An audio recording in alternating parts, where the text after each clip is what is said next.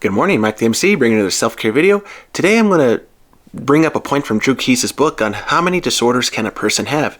And I think it is a great question to discuss as far as connecting it to our own well-being and self as well. Just remembering, okay, if I can help a person, how much should I go for? How much should I go out of my way to help a person? But then remember, okay, if I go all the way, am I going to get caught in a trap, in the black hole, so to speak, and I can't get out? How can I know my limit when helping somebody, and then when to say and call for help if I cannot help a person with regards to all these disorders that a person has? So this will be a great topic to discuss, so let's get this started.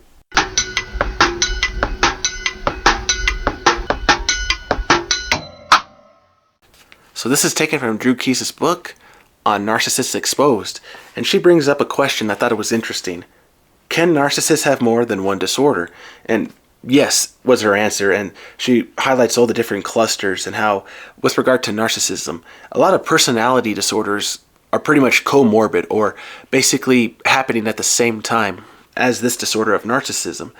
And just basically, there is a likelihood, just with regard to a few others, such as bipolar and other personality disorders, and you consider, okay, if a person is suffering or going through all of these different disorders, as a social worker, we always look at this idea that, okay, what are you going through in your own life right now? If I'm talking to the actual client, is there some trauma from the past that you haven't disclosed to somebody? Is there something that you haven't shared? Or maybe you are now in belief that everyone's against you, and now you're just taking your stance against everybody and saying, okay, I don't like what people have done to me in the past in the world. Now I'm going to stand up to people just because I don't trust anybody. How can I? People treated me so badly in the past. Why should I give them a chance? And so you have this dialogue with the client. You have those conversations. And just sharing this from me to everyone here who's watching, as a social worker, yes, this is part of the job. But if you cannot ask those kind of questions, just remember, you can refer, if you can, somebody to another counselor, a therapist in your area, if you have that person. If that's not possible, always consider also online. If you don't have immediate access, maybe online can help a person. Maybe joining a group of some kind, something with your church, something to help that person who may need some extra support with what they're going through in life. But just keep this in mind, what I'm also trying to share in this video. It doesn't have to be all from you to save another person. Now, being a Marian counselor, right, being religious, being Marian, just the idea that, okay, I'm trying to follow the example of Mary, trying to help my family, my friends, my kids, if you have kids, through all their situations. You want to be a good role model, a parent for whoever you're helping. Now, I think the other thing to consider, though, is limits. How much can you give to somebody? How much money can you donate to somebody? House space, living expenses, clothes, food, etc., etc. How much are you willing to give to support somebody to get on their feet? And if they cannot get on their feet, and you're pretty much losing your resources to that person, and you're thinking, okay, maybe I'm not helping this person, maybe I'm enabling them to a degree. What can I do to now help them get out and make a next step on their next feet so that they do move forward? What can I do so that way I'm not stopping them from growing? And there are many things to consider like that as well.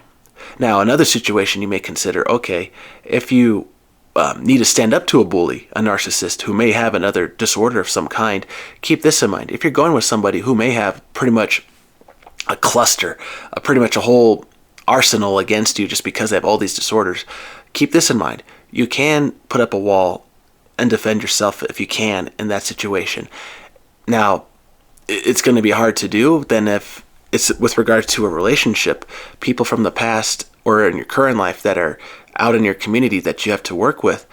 Right, if you're able to take a step to the side and slowly back away out of that situation, do so if you can. Now, if you're stuck there where, okay, if I leave this job, okay, yeah, I'm going to be out of a job for a moment. All right, try to have the next job planned in line. Have the next opportunity lined up for you to get out of there as well. With regard to relationships, boyfriends and girlfriends, this is especially tricky with regards to, okay, you love a person, you want the best for them. Now, how do you get the help that they need with regard to the situation. All right.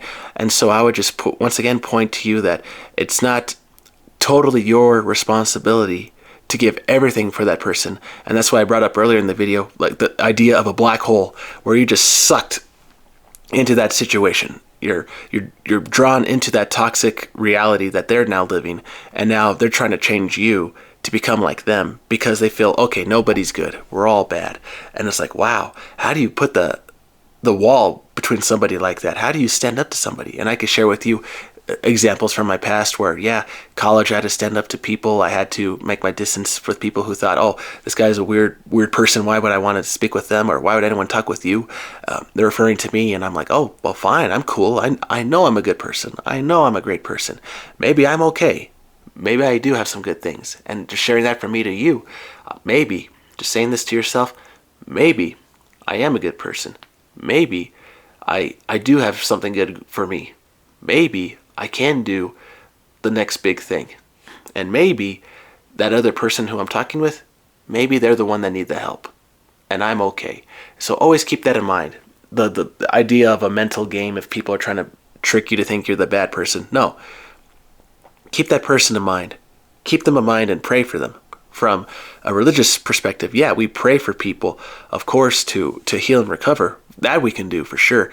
But as far as your resources and what you can give to somebody, keep that in mind. If you cannot go and give everything to somebody to change, if you're willing to go an extra step, oh, by all means, you're being awesome. I mean, you're being a hero. But if you cannot do it for much longer, keep that in mind as well. So just know your limits when helping somebody. So that way you're not drawn into the black hole, not drawn into the toxic environment. And yes, you can help with somebody walk right through the forest that is so bleak and may not have hope. You can try to help somebody. But if you can't, the social worker, the therapist, the other people are there in the community, if you have them, to help your family member, your friend, spouse, etc., through a situation as well. And we can try to help a person as best we can as well. And from a professional to a professional, do what you can. And if you cannot help a person all with one disorder, you always can refer to other professionals in your area as well. So help is a good thing. There's help in the community in different ways. So keep that in mind, everybody, whoever's listening to this video. So that is for me, Mike the MC on Tuesday. Be strong, be good. Remember, know your limits. Don't be drawn into the black hole. And remember, be awesome and be great. And keep those in mind. And say a prayer for them that they may recover and do good. All right, everybody. Take care. Have a good one.